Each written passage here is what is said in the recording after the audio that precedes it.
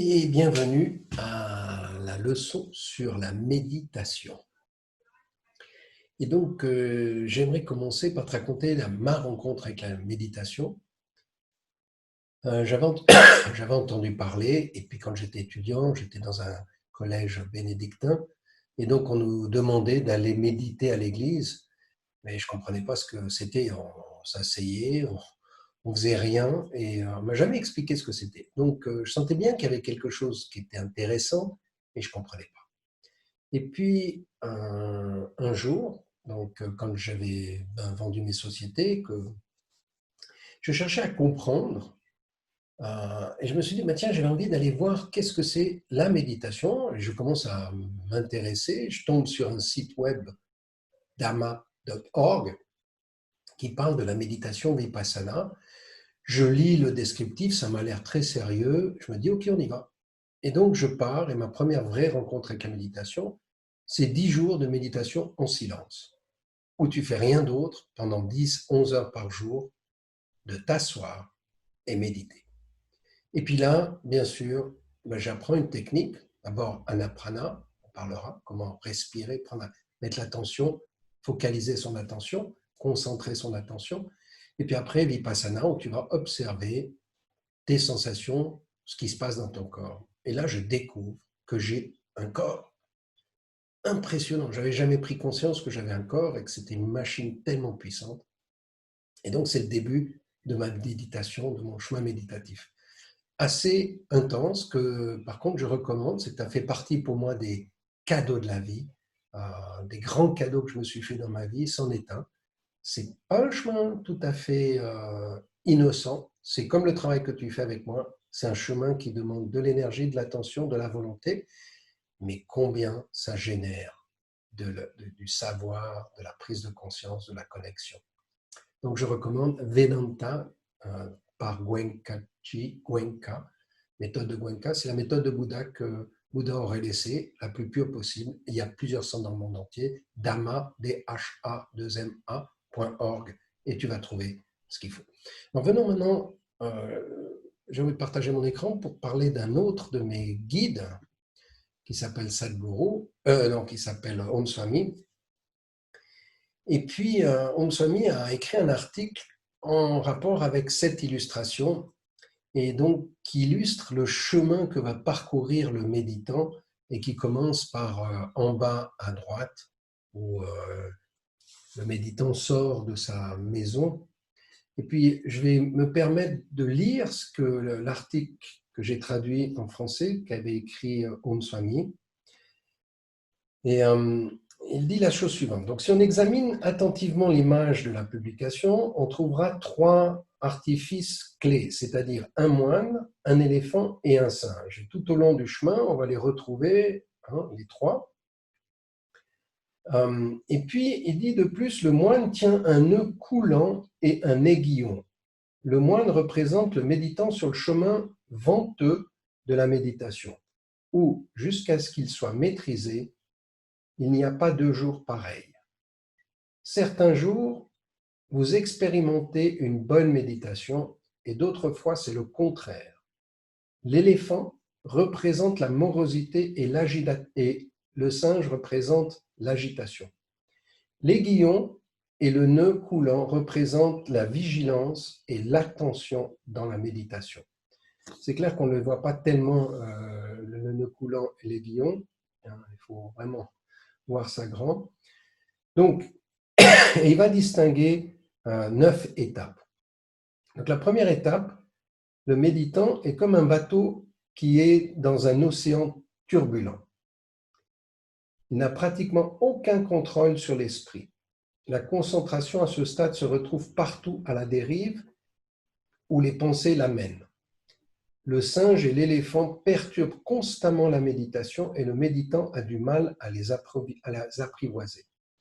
Donc, lorsque j'ai commencé ma méditation, c'est vrai, on essaye juste de passer le maximum de temps à focaliser l'attention sur une partie du corps. En l'occurrence, ici, c'était sur la respiration qui sort des narines.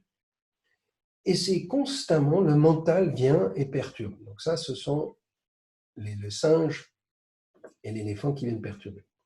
La deuxième étape, est une petite tache blanche sur l'éléphant et le singe. Cela montre des progrès. Cela signifie que le méditant est capable d'avoir des courtes périodes de méditation de qualité lorsque l'esprit est dépourvu de pensée. Pensez à un drapeau qui flotte quand le vent souffle. Pas de vent, pas de flottement. De même, l'esprit à ce stade est capable pendant de courtes périodes, avant que le vent est capable de se poser, de se calmer, avant que le vent des pensées ne recommence à souffler, provoquant des vagues dans l'immobilité de la conscience. Donc oui, à un moment donné, on observe que, tiens, il y a des moments de silence, il y a des moments de vide qui apparaissent. Mais ils ne durent pas, parce que très vite, on se fait reprendre. La troisième étape, si le méditant persiste, c'est un progrès significatif en soi. Maintenant, ils sont capables de détecter le dérangement qui apparaît dans la méditation. Sur ce document, il est indiqué par une grande tache blanche sur l'éléphant et un nœud coulant qui le laisse. L'agitation et les pensées errantes sont toujours un grand défi à ce stade. Donc, c'est-à-dire que là, calmement, on arrive à rester dans la présence, dans ce vide, dans ce calme, mais tout d'un coup, il peut arriver quelque chose de plus fort. Mais les durées sont plus grandes. On reste plus longtemps et plus facilement dans ce stade. Moi, je considère que je suis déjà à ce stade. Et là, ce que dit Swami, c'est un peu presque frustrant parce qu'il dit qu'il faut être accompagné d'un maître pour passer tous les stades, hein, et arriver à être éveillé, c'est-à-dire qu'il faut entre 1500 et 800 heures de méditation accompagnée. Donc 800 heures, si vous faites une méditation d'1 heure par jour, 800 jours, on est presque à 2 ans et demi, 3 ans. D'accord? Donc intense, mais oui, c'est tout à fait faisable. Les 4e et 5e étapes, tandis que le méditant fait un bond de géant en apprivoisant encore plus l'agitation et la matité, un nouveau défi se représente. Vous verrez maintenant un lapin chevauchant l'éléphant. Cela signifie un état de calme qui fait entrer le méditant dans une sorte de torpeur et de laxisme. Souvent, la plupart des méditants qui ont même un petit aperçu de ce calme le confondent avec l'état ultime de la félicité. Alors oui, et c'est très intéressant parce que ça me rappelle un vécu où moi, à un moment donné, j'étais dans une sorte de sensation d'être que de l'énergie. C'était hyper agréable. Et donc d'être comme une boule d'énergie légère et fluide. Et je me suis dit, voilà, ben c'est ça, il faut que je retourne, il faut que je retourne. Et plus je travaillais pour retourner, plus à quelque part, au bout d'un moment, c'est vrai, je fatiguais. Donc j'entrais dans un état de semi-sommeil. Ce n'est pas un vrai sommeil, mais semi-sommeil. Mais c'est un peu endormi. C'est un peu ce qui crie, c'est une sorte de torpeur qui apparaît. En fait, je réalise que je la goûte de moins en moins, celle-là.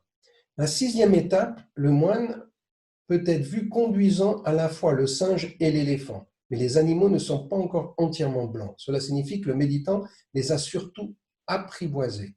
Il est capable de les diriger, mais il a encore des éléments subtils d'excitation et de stupeur qui peuvent disparaître, qui peuvent distraire le méditant. Ben voilà, moi je suis vraiment là-dedans. Je pense que j'arrive à me poser, à me calmer, mais des événements sous-jacents ou des événements extérieurs vont encore pouvoir me perturber et perturber ma méditation. La 7e étape, l'éléphant est complètement blanc et le singe est assis au pied du pratiquant. Cela montre que le méditant a encore perfectionné l'art de l'attention. Il ressent une conscience lucide pendant la méditation. Mais la présence du singe montre qu'il y a encore une chance de se sentir excité et agité. Pensez à un étang immobile où la chute d'un minuscule caillou provoque une ondulation. Alors moi, je suis encore bien provoqué par les cailloux qui vont provoquer des ondulations. Donc, clairement, je suis dans la 6e étape, entre la 6e et la 7e. Dans la 8e étape, il n'y a plus de singe. L'agitation a complètement disparu pour ce méditant et un état constant de félicité les laisse toujours calmes. Mais parfois, dans cet état de félicité, la lucidité de leur conscience est affectée négativement. Pense à quelqu'un sous l'influence d'une légère intoxication. À ce stade, le méditant n'a pas encore appris à s'élever au-dessus du bonheur. Donc, la 9e étape, le moine est assis sur l'éléphant blanc, le bonheur est devenu un compagnon proche et il n'interfère plus dans aucune des activités mondaines.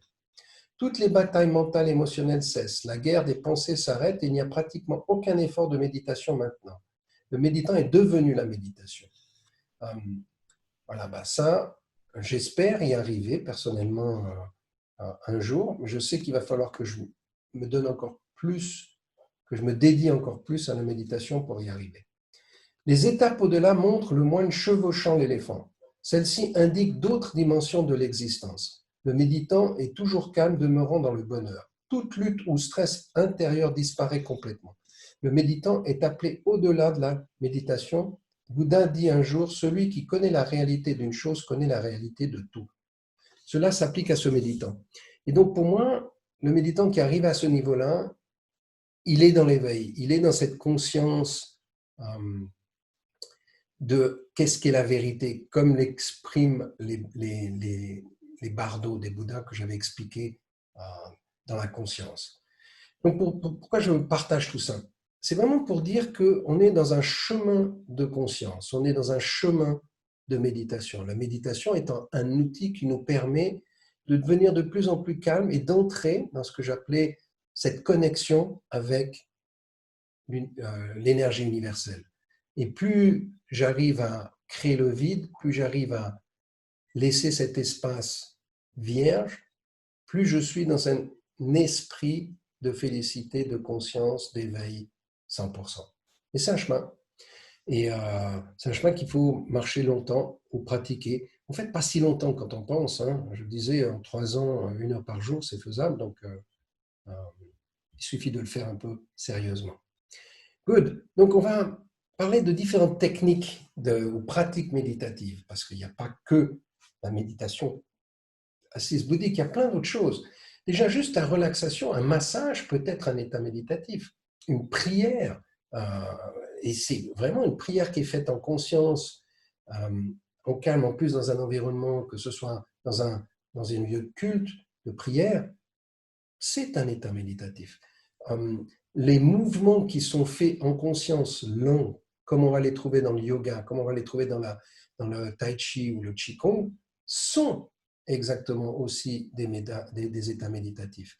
La danse, en particulier la danse répétitive, comme on voit les soufis qui tournent comme ça, ou une autre technique de danse qui s'appelle la danse des 5 rythmes, où on va rentrer en conscience et laisser le corps se manifester en fonction de la musique, sont aussi des états méditatifs. C'est tout des pratiques méditatives, comme marcher, mais marcher dans la nature, en conscience, en éveil, en ouvrant les yeux et en étant vraiment dans cette prise de conscience que tout ce qui se passe à l'instant, c'est une méditation. Ensuite, il y a plein d'expériences méditatives, comme par exemple des huttes de sidation, un sweat lodge, qu'on appelle ça chez les Amérindiens, qu'on trouve de plus en plus dans pas mal d'endroits, ou un sauna, en l'occurrence, ça peut être aussi ça. Sauf que dans une sweat lodge, il y a tout un rituel qui est fait. C'est aussi des espaces de méditation. Alors maintenant, on a ce qu'on appelle principalement une méditation, lorsqu'on va s'asseoir. Un des objectifs lorsqu'on s'assoit, c'est d'être assis confortablement. L'important, c'est d'être confortable. Alors au début, on apprend à s'asseoir en tailleur, mais il faut comprendre, d'après ce que moi je comprends, les tailleurs, ça a été fait principalement dans le temps, les gens s'asseyaient par terre. Moi, en ce qui me concerne, je suis très peu habitué à m'asseoir par terre. Donc, je m'assois sur une chaise et c'est tout OK. C'est aussi OK. L'important, c'est d'avoir son dos droit pour que l'énergie du sol, on va dire, qui va activer les premiers chakras, va permettre à chaque chakra, chaque turbine, de circuler, de devenir plus fluide possible pour que cette connexion se fasse. Donc là, le dos est quand même quelque chose d'important. Je pense qu'on parle de certaines méditations couchées, il y a un fort risque qu'on s'endorme, et donc quand on s'endorme, on est dans d'autres types. Alors maintenant, si on vient dans ce que moi je connais des pratiques méditatives, je parlais d'anaprana. Prana, c'est la respiration, l'énergie de la vie, mais par la respiration. Donc, avoir la conscience de la respiration, il y a plein de techniques de respiration. Ensuite, vipassana, la conscience des sensations, aller observer les sensations. Ensuite, on a plein de techniques qui sont liées à la récitation, que ce soit une prière, un mantra ou des chants est là aussi très puissant. En plus, les mantras, semble-t-il, ont des tonalités qui sont très pures, qui entrent en vibration avec quelque chose de plus vaste que nous. Il semble que les mantras seraient un langage pour communiquer avec Dieu. Moi, ça me parle bien. D'ailleurs, je l'ai utilisé pour vraiment connecter. J'ai utilisé des mantras, j'utilise des mantras. Dans mon histoire, je les ai reçus, ils sont arrivés à moi, et donc j'en ai pas beaucoup, mais je les utilise, ceux que j'ai. Et ensuite, il y a aussi des techniques qu'on appelle zen, c'est-à-dire que while gazing, on va se mettre devant un mur et on regarde le mur. Il y a d'autres techniques, on a les yeux fermés, les yeux ouverts. Euh, euh, il y a plein de... Le Raj Yoga garde les yeux mi-ouverts. Il faut, j'ai envie de dire, il faut trouver la technique qui te convient le mieux, qui te semble plus intéressante pour toi. Il n'y a pas de bonne ou de mauvaise technique. L'important, c'est d'arriver dans un état où tu te sens bien et que tu arrives justement à calmer ce flux de pensée et puis à gentiment créer ce vide. Et bien sûr, il y a aussi d'autres techniques qui nous accompagnent et les sons en particulier sont intéressants. La musique est intéressante. C'est pour ça que, par exemple, les bols tibétains, les sons binauraux, tout ça sont très intéressants pour nous accompagner. Donc, bonne pratique méditative aussi, c'est dans un espace. Au début, en tout cas, d'avoir un espace qui est un espace propre, pas trop grand, pas trop vaste, parce que plus il est vaste, plus il y a des énergies qui vont arriver. Donc, c'est assez intéressant de le faire dans un espace qui est un peu limité. Moi, j'ai un lieu de méditation avec mon hôtel et différents objets que j'ai mis dessus. J'ai beaucoup médité là. Et puis aujourd'hui, je médite de plus en plus au bord de la mer, face à la mer. Euh, Et c'est OK, j'arrive à rester. Mais au début, c'était beaucoup plus difficile pour moi. Donc aussi, ce qu'on comprend dans la méditation, c'est au début, je peux mettre l'attention à rester calme. Donc on va avoir ce calme qui va arriver. On va essayer de mettre de l'attention pour rester calme. On arrive au début. Et puis tout d'un coup, on va commencer à avoir comment dire, un vagabondage mental. Les pensées vont partir. On va prendre conscience qu'on est parti dans les pensées. Donc on va essayer de relâcher la pensée pour revenir se concentrer à, attends, j'essaie de, par exemple, la respiration ou dans le chant. Et puis, nous arriver dans un espace où on sent qu'il y a un moment de vide qui se crée.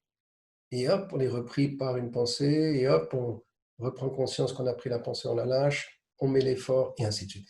Et donc, c'est des cycles comme ça. Mais ce qui va se passer, c'est plus on les pratique, plus les cycles deviennent longs, et plus on arrive à rester dans des espaces de vide de plus en plus intenses, comme l'a décrit Moussoni. Ce qu'on a aussi observé, parce que les scientifiques sont assez intéressés de voir les capacités des méditants, d'abord, la méditation, on commence à l'enseigner à l'école, pleine conscience, mindfulness est assez connu. Ça permet d'avoir une attention beaucoup plus claire. Un des problèmes qu'on voit aujourd'hui, c'est, on parle beaucoup chez les enfants de hyperactivité, manque de capacité de concentration. La méditation aide à se concentrer, à être beaucoup plus clair, à mettre son attention, sa présence dans un espace. Aussi, la méditation diminue les réactions émotionnelles de la survie, c'est-à-dire qu'on a moins de peur, moins de colère, moins de tristesse. Ce n'est pas qu'on les a pas, on les a, mais elles sont beaucoup plus fines et beaucoup plus subtiles et beaucoup moins débordantes. Aussi, lorsqu'on médite beaucoup, on a une capacité de créativité qui augmente. Et on revient dans les espaces d'abondance. Comme avec ça, je peux m'ouvrir. C'est comme si je m'ouvre à plein d'informations que j'ai, que ce sont les informations qui sont à l'intérieur de moi ou que ce sont les informations qui sont autour de moi avec lesquelles je vais pouvoir co-créer. On a aussi une capacité mémotechnique de mémoire qui est plus vaste. Alors, si on dit que la mémoire se trouve partout, pas en moi, mais partout, ben voilà, j'accède, je connecte à plus d'informations dans tous mes espaces, dans tous mes corps, et donc j'augmente mes capacités de connaissance ou de conscience. Aussi, je vais moins réagir aux événements stressants, aux changements de pression qui vont me faire réagir dans l'espace de survie. Je réagis beaucoup moins, je peux les ressentir, mais ils m'impactent moins. Et au fur et à mesure que j'avance, je suis de moins en moins impacté. Je vous décrivais un peu ça lorsque je parlais du pêcheur qui voulait attaquer blesser mes chiens. Ouais, il y a ce côté de, on n'est pas dans l'hyper-réactivité, on reste calme, on est savez, quand les gens partent en panique, il y a des gens qui arrivent à rester zen et calmes. Voilà, on a cette attitude. Et puis, on a aussi observé, quand ils ont mesuré la taille du cerveau, ils ont vu que le cerveau augmente, la partie préfrontale augmente en taille, et qu'avec l'âge en particulier, plus on voit que la dureté, semble-t-il, la thickness, l'épaisseur de cette partie préfrontale, avec l'âge diminue si on ne pratique pas la méditation. Donc, quand on prend des cours de contrôle, on voit qu'avec l'âge, ça diminue, alors qu'avec les méditants, on a cette capacité qui reste.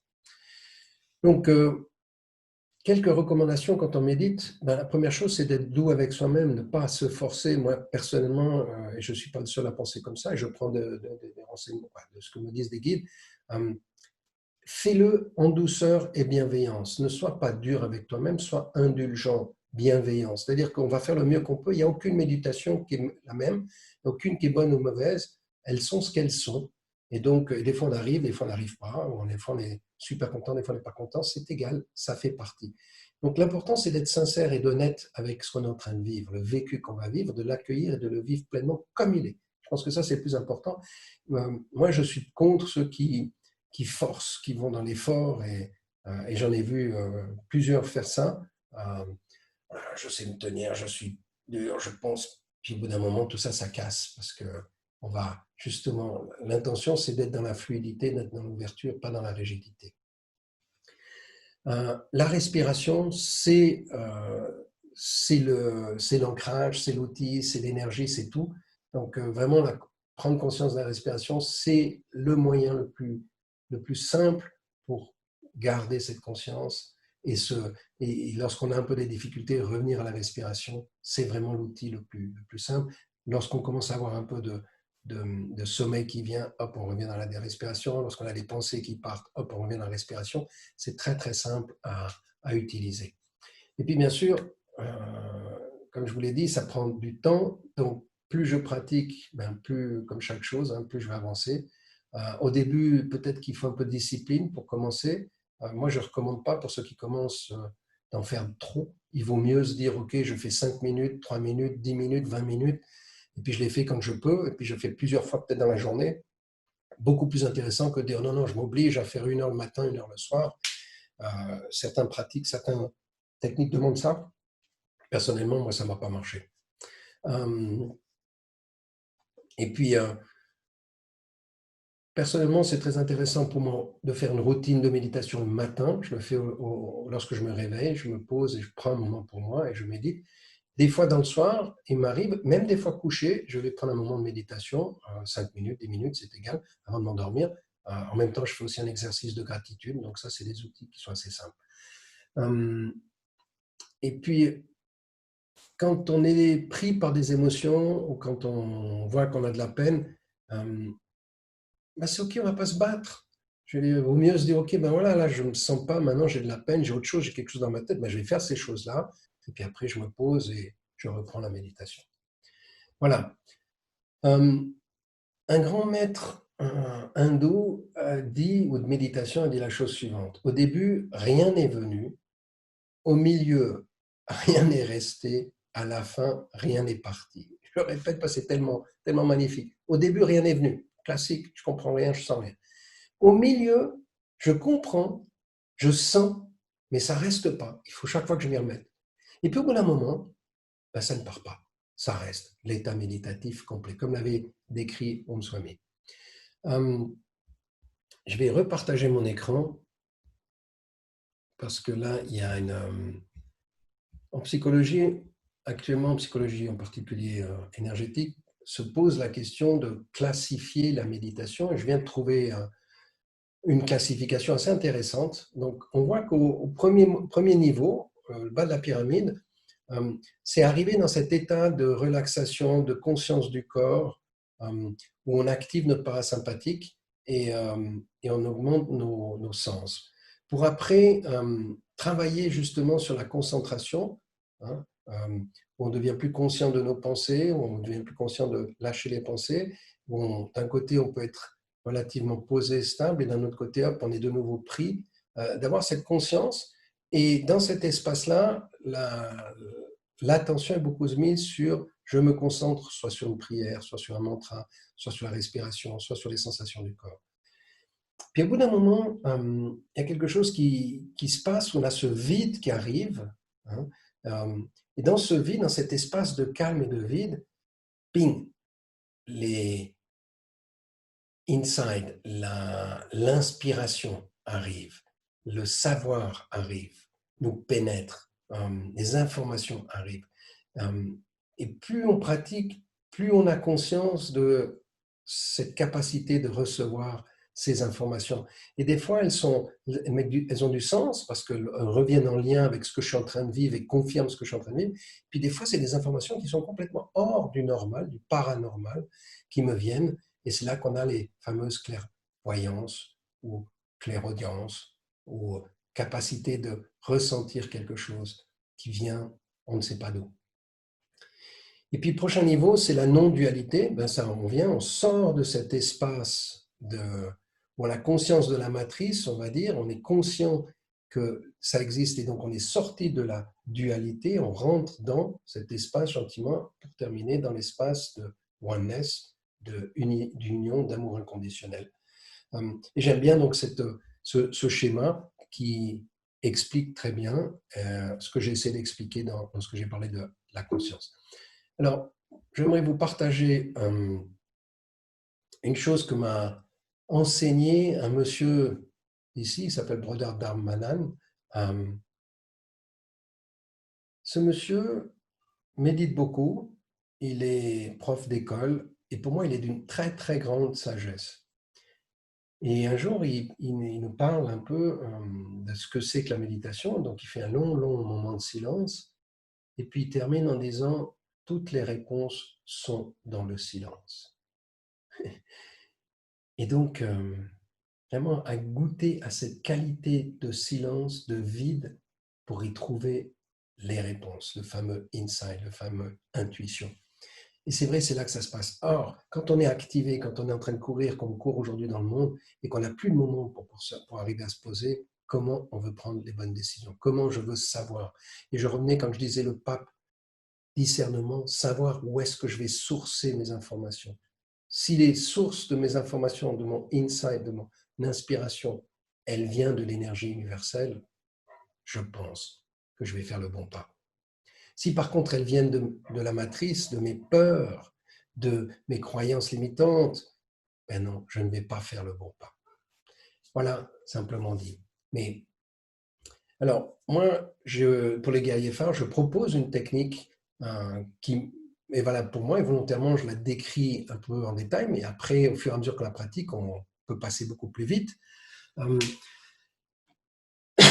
Donc, moi, j'aime bien m'asseoir et trouver un espace où je ne serai pas dérangé pendant 10 minutes, 15 minutes, 20 minutes, c'est égal, 5 minutes aussi. C'est pour ça que je vous disais l'espace que vous allez créer, qui est l'espace que vous avez l'habitude d'aller. Et si c'est cet espace que vous faites, ben, il a besoin d'avoir de l'air, il a besoin d'être propre. C'est un espace sacré, donc c'est à nous de mettre le sacré dedans. On peut allumer une bougie, on peut mettre une bonne musique, ça c'est super cool de mettre de la musique. Il y a plein de musique pour ça, donc je ne vais pas vous donner des pistes, c'est une musique que vous ressentez qui est juste. Donc on commence par faire la pause. Et la pause, je l'ai déjà un peu décrite, mais c'est juste se poser et d'arriver. Donc je vais la vivre, je vous explique les étapes, et après on va le vivre ensemble. Le deuxième, ben, c'est amener de la conscience à la respiration. Et là, je parlerai juste rapidement de 2 techniques de respiration. La troisième, on peut réciter quelque chose. Ben, moi, je vais réciter un mantra. Alors les mantras, en règle générale, on les récite 8 fois. Moi, j'ai découvert que 28 fois me va très bien. Pourquoi le 8? Parce que c'est le chiffre de l'infini, donc voilà, pour ça. Et puis 108 fois, donc en règle générale, c'est 8 fois ou 108 fois. C'est pour ça que vous avez les malas hindous, ces chapelets indiens qui ont 108 boules pour permettre de suivre. Et donc, on va réciter un mantra ou une prière un certain nombre de fois. La prière aussi, on a le chapelet chrétien aussi, pour réciter un certain nombre de fois. Puis une fois qu'on a fini de réciter, ben, moi, là, je fais un moment de silence pour connecter en conscience à plus grand que moi, aller justement me sourcer à cette énergie universelle, à cet amour universel, et puis me laisser pénétrer. Et c'est pour ça que je mets le mot endosser l'habit de lumière pour laisser pénétrer non seulement ce corps-là, mais aussi tous les corps énergétiques qui deviennent très vastes et devenir une boule de lumière. C'est ça l'habit de lumière des guerriers phares. Et puis une fois que je suis là, je peux aller observer, écouter, ressentir, amener dans la conscience un message, une décision, une intention, une observation. Et donc, que je ramène ça dans ma conscience et que je prends. Et c'est pour ça que je dis à ce moment-là, je vais décider quelque chose. Et puis, une fois que je suis au clair là-dessus, bien sûr, je vais remercier. Je me remercie moi, je remercie tout ce qui est autour de moi, je remercie l'univers. Voilà, chacun va faire comme il sent. Donc, maintenant, tu peux soit t'arrêter, soit m'accompagner dans ma pratique et j'essaierai de guider un petit peu cette pratique. Donc là, tu me vois assis. Et donc j'aime bien déjà juste prendre conscience. Alors je peux commencer avec les yeux ouverts et j'aime bien faire ça lorsque je suis au bord de la mer. J'aime bien observer, regarder tout ce qui est autour de moi, connecter à tout ce qui est autour de moi. Et si je suis à l'intérieur, c'est un peu moins intéressant. Donc je ferme les yeux. Je vais juste commencer à me poser dans l'ici maintenant, dans cette chaise, et prendre conscience que j'arrive, quoi. Je suis là. Puis là, la respiration devient très intéressante. Donc, au début, je commence à expirer un peu plus longuement, juste pour me calmer. Laisse l'inspiration naturelle.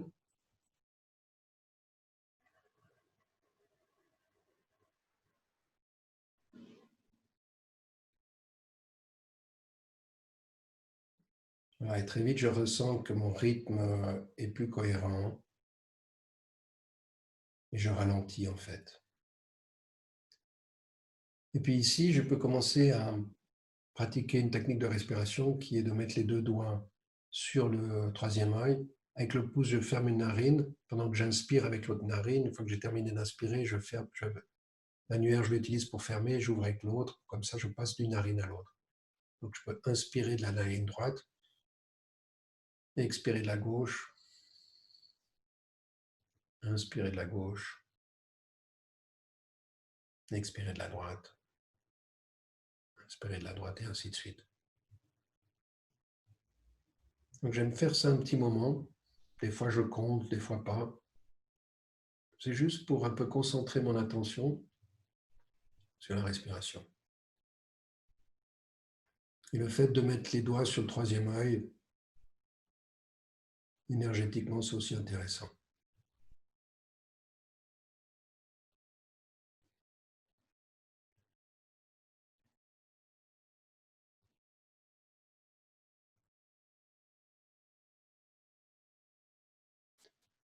On dit que ça équilibre les deux cerveaux lorsqu'on respire avec les narines, une narine après l'autre.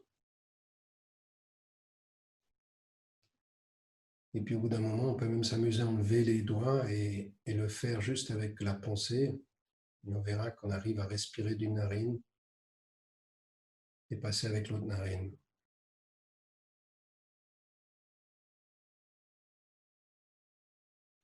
Voilà, alors lorsque je fais ça, ça m'amène à être beaucoup plus concentré dans mon attention, à avoir plus présent dans ce qui se passe dans la respiration.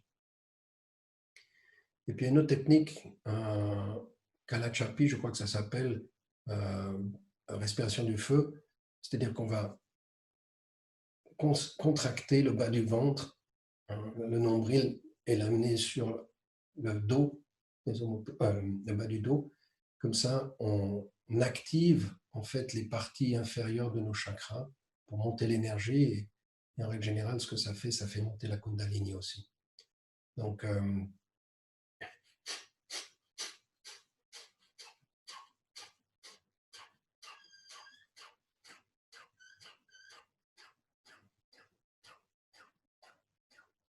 là, le rythme, c'est important de trouver son rythme, c'est pas besoin d'aller trop vite ou trop lentement. Ce qui est important, c'est de faire le mouvement pour activer, en fait, serrer notre périnée, serrer, on va dire, les mudras comment dire, l'énergie des deux chakras du bas, pour les activer. Et puis au bout d'un moment, j'arrête parce que je sens et je laisse monter et je sens l'énergie monter jusqu'à ma tête. Et par là, je sens que ça, c'est comme si ça ouvre. Donc, quand j'ai bien respiré, que j'ai bien fait la respiration du feu, je sens l'énergie monter. Voilà, et lorsque je suis là, je peux commencer à réciter. Alors, on peut réciter en haute voix, on peut réciter dans la tête. Je sais que les deux marchent. Il y a une technique qui se fait à haute voix. C'est une technique japonaise qui s'appelle Nam-myoho Renge-kyo. Des fois, j'utilise celle-là.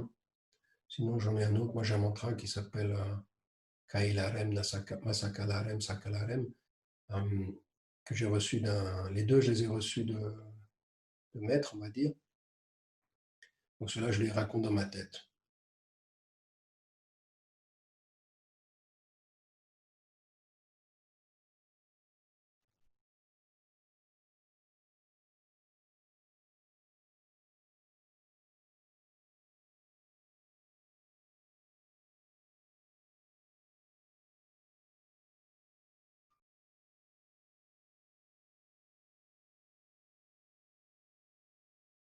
Alors, pour l'exercice, je l'ai fait juste 8 fois.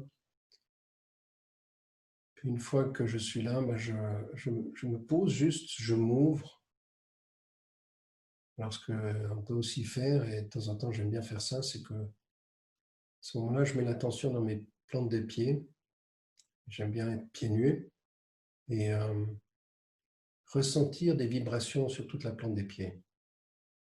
Chaleur, des vibrations, des picotements. Et quand je ressens ça, j'imagine que ces picotements, c'est de l'énergie et que cette énergie, elle peut pénétrer dans le sol comme des racines qui vont pénétrer. Et je me connecte et c'est comme si je me colle, on va dire, énergétiquement avec la terre et je vais me nourrir de l'énergie de la terre. Et donc là, mes plantes de pied vibrent et picotent encore plus. Et puis gentiment, avec ces picotements, avec la conscience, avec la pensée, je vais monter le long de mes chevilles et ressentir ce picotement monter le long des mollets aussi, et le long des genoux, les cuisses. Et puis je sens que voilà, toutes mes jambes sont activées et j'arrive dans mon assise, j'arrive dans le périnée, la zone entre l'anus et l'organe sexuel. Et c'est la fin de la colonne vertébrale et c'est là qu'il y a le premier chakra, le premier centre énergétique. Et donc là, gentiment ressentir un picotement, une chaleur douce, une vibration douce, où je sens que voilà, c'est comme si ça prend de l'ampleur, c'est comme si je me pose un peu plus dans mon assise et qu'en même temps, ça s'éveille, c'est une fluidité, une énergie qui circule. Et quand je sens ça, je monte un peu plus haut, au niveau des ovaires chez les femmes, au niveau du bas des reins et on va dire entre le nombril et le périnée. Voilà, là, il y a le deuxième chakra et ressentir aussi que dans cette région, l'énergie circule, il y a une fluidité, il y a un picotement, il y a une chaleur douce, une vibration. Et c'est aussi intéressant de voir qu'on dit que c'est des turbines, donc cette vibration circule, elle tourne, et pour moi, elle tourne dans le sens des aiguilles d'une montre. Et puis gentiment, je continue et je monte un peu plus haut au niveau du nombril et du haut des reins, et aussi dans cette zone.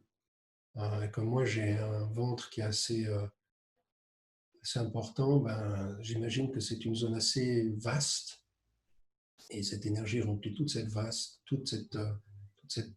zone, et je ressens des picotements, de la vibration, de la chaleur, de la fluidité. Et ça me libère, ça me détend en même temps. Et puis gentiment, je monte un peu plus haut au niveau du plexus solaire, la région du cœur, de la poitrine, des omoplates. Là aussi, une autre grande région très importante, le chakra de la relation, qui Là aussi, je laisse bien le temps de cette énergie de ressentir comment elle devient fluide, connectée, douce, vaste. Et je sens bien que ça détend.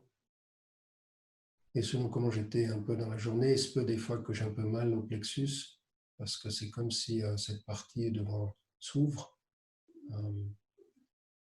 Et puis après, je continue à monter, j'arrive dans la gorge et la nuque, et dans cette région-là aussi. Très intéressant comment tout d'un coup, ça s'ouvre, ça se détend, cette énergie vibre et crée de l'espace. Et puis je continue à monter et je vais arriver au niveau du troisième œil, la région qui est juste au-dessus des sourcils, au milieu du front. Et puis aussi toute la couronne de la tête et gentiment le centre de mon crâne, où il y a la glande pinéale. Et laisser aussi prendre conscience de cette énergie, de ces vibrations, de cette chaleur, de cette fluidité qui circule.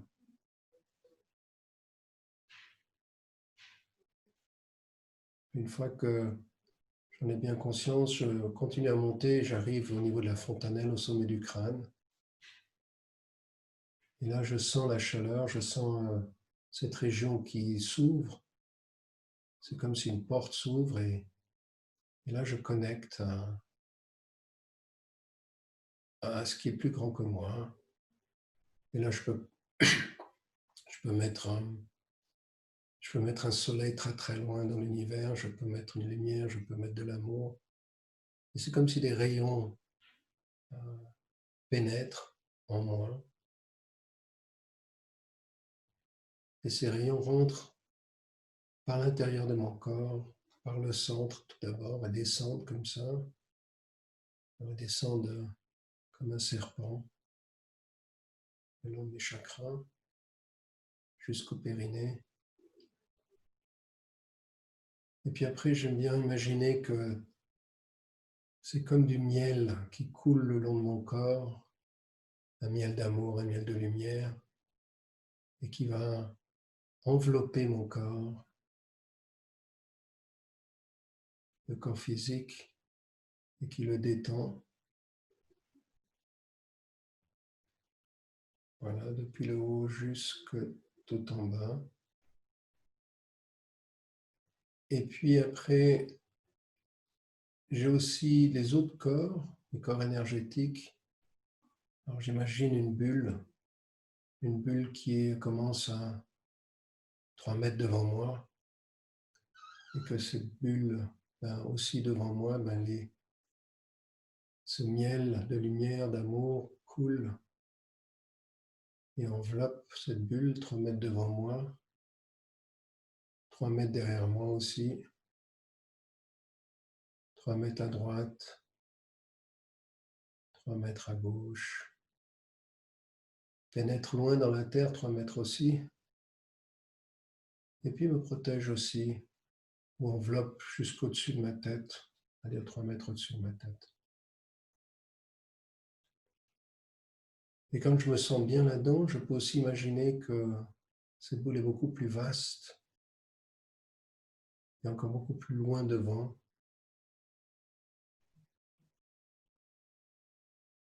Je peux rayonner, amener cette lumière qui vient en moi.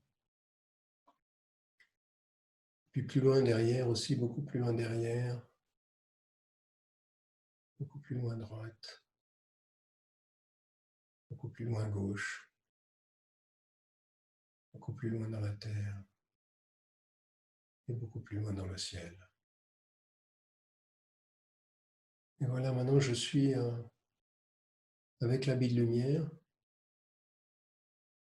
et je peux rester dans cette sensation le temps qui est juste pour moi. Juste goûter, juste connecter.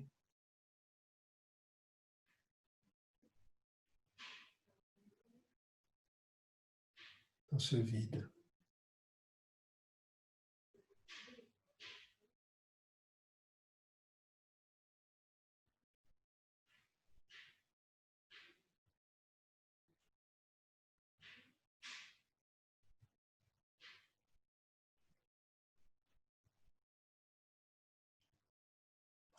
Moi, je vais te laisser continuer dans cet espace jusqu'à un moment donné où quelque chose apparaît en toi, dans ton mental,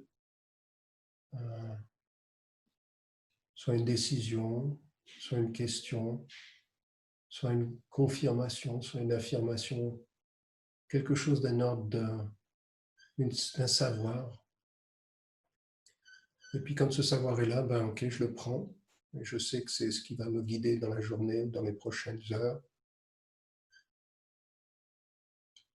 Et une fois que je suis là, je dis merci. Alors il y a les 3 shanti, Om Shanti, Shanti, Shanti, où on dit merci et paix à moi, déjà moi-même en tant qu'être de lumière, à tous ceux qui sont autour de moi, qui m'accompagnent sur mon chemin, et tous ceux qui sont dans cette planète et dans l'univers. Que la paix et le bonheur résident en nous.